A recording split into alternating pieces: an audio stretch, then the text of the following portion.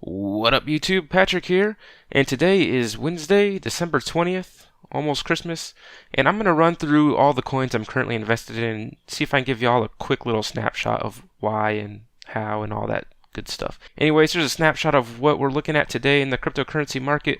Bitcoin took a little dip from as high as 20,000 this week due to the release of Bitcoin Cash on Coinbase. A lot of people cashed out of Bitcoin and into Bitcoin Cash. So there's that. That's the news of the day, or I guess yesterday, news of the week. I always like to take a quick little snapshot of coin market cap in each of my videos, so that way over time you can kind of track what's going on over years, hopefully.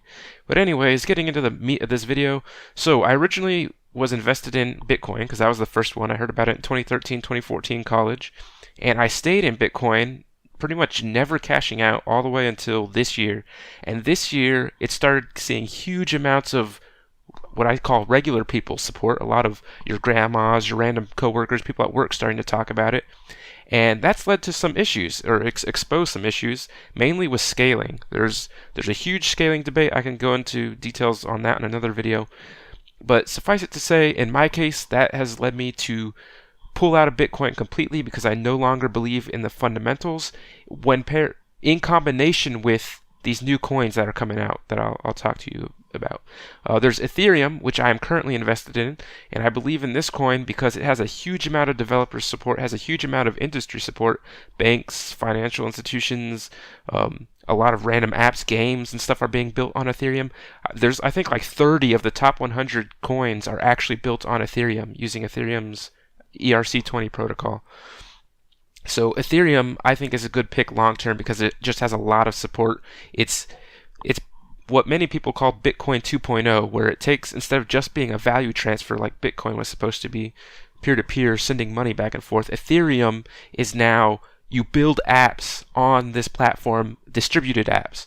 Bitcoin Cash was a fork of Bitcoin, which means that if you had Bitcoin at the time of this fork, you got Bitcoin Cash, as long as you actually held the Bitcoin and you didn't have it on exchange, or if that exchange supports Bitcoin Cash and gave you your Bitcoin Cash, like Coinbase just did yesterday or today.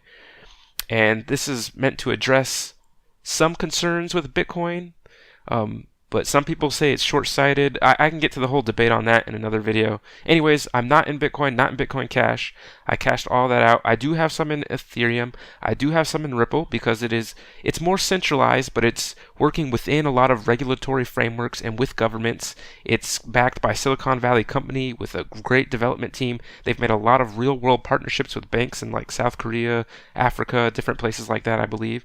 So I think that one is a good long-term pick, but I also don't think it's going to make you much money. It's not going to make you rich because look at this total supply. The circulating supply right now is 38, what is that, billion? Yeah, 38 billion. And I think they have more in escrow, or maybe I got that mixed. I don't know what coin market cap displays, so some of this actually might be in escrow, meaning it's held off until certain milestones and stuff by the developers. But there's so many of these that for each of these to go to like $5 or $10, you'd have to have more invested in Ripple than like everything else combined almost, depending on the math where you're trying to go. I do have some in IOTA because this is where I'm starting to see cryptocurrency 3.0. So I consider Ethereum 2.0 because now you're doing computing and not just value transfer on blockchain. The IOTA and other DAG-based coins, directed acyclic graphs, they're not the same as blockchain. They solve a lot of blockchain's problems. They have their own issues, but they're really good at sending stuff back and forth for free. No transaction fees at all. And there's some interesting stuff coming out of here. I'm invested in IOTA because I think it has a really good shot. It's also very focused on Internet of Things. They're developing really good partnerships with hardware technology companies for the Internet of Things space. They're targeting that niche extremely heavily, extremely with a deep focus. I cannot think of the words or talk right now, but they have their niche, whatever, and they're hitting it hard. It could go up, could go down, who knows, but long term I think it's a good pick. A lot of partnerships being made there. Dash, I held some Dash, and I like Dash more than Bitcoin because Dash is all about value transfer. It has a very interesting two-tier architecture where there's your basic nodes and then your master nodes. And master nodes they get paid for being a master node, and it also, this whole Dash has like a distributed governance system, so you don't run into the stalemates quite as much as you've seen with Bitcoin. But Dash, that two-tier architecture enables things like instant send and privacy because those master nodes exist, get paid for their work, and so they have beefier hardware, they're willing to do more. They're very heavily focused on value transfer. They're a good job, but I cashed out of them because DAG coins like IOTA and RaiBlocks, which I'll talk about later, are coming along, which to me, technologically, they're on a next level compared to all these. They have no fees, they have infinite scalability, at least in theory, and they're just fantastic. But of course they're newer, it's riskier, we don't know. It hasn't been attacked as much, doesn't have as much development support. Who knows where that goes? Could die, could not.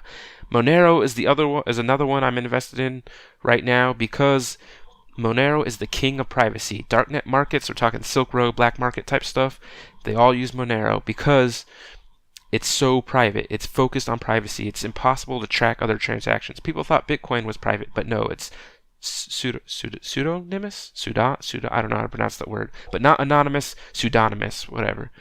You can if you can match a person to an address, you can follow their transactions throughout the whole cycle of the life cycle of their transactions, I guess.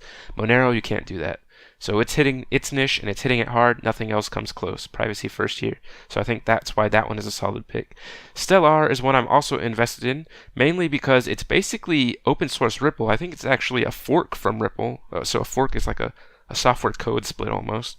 And it's backed by IBM right now. So it's also targeting banks. It's also targeting clearing houses and international money transfer type stuff.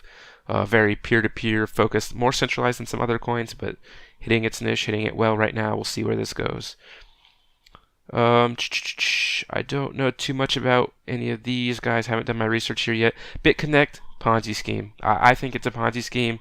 It's got a huge following on YouTube, but it's super sketchy. I did a video about it on my channel. Check that out if you're interested. And then I think the last coin in my portfolio right now is RaiBlocks. I'm really excited about this one because it's also a DAG-based coin, directed acyclic graph, but it actually works. IOTA, so it has a lot of promises and it kind of worked, but it got overloaded. It's running into some issues, and it's also focused on machine-to-machine payments more. RaiBlocks is not trying to do everything. It's trying to do one thing, and that's human-to-human value transfer. And right now, there's no other coin that does it better. It has no fees. It's infinitely scalable because there's no miners. When you make a transaction, that's when you do the work.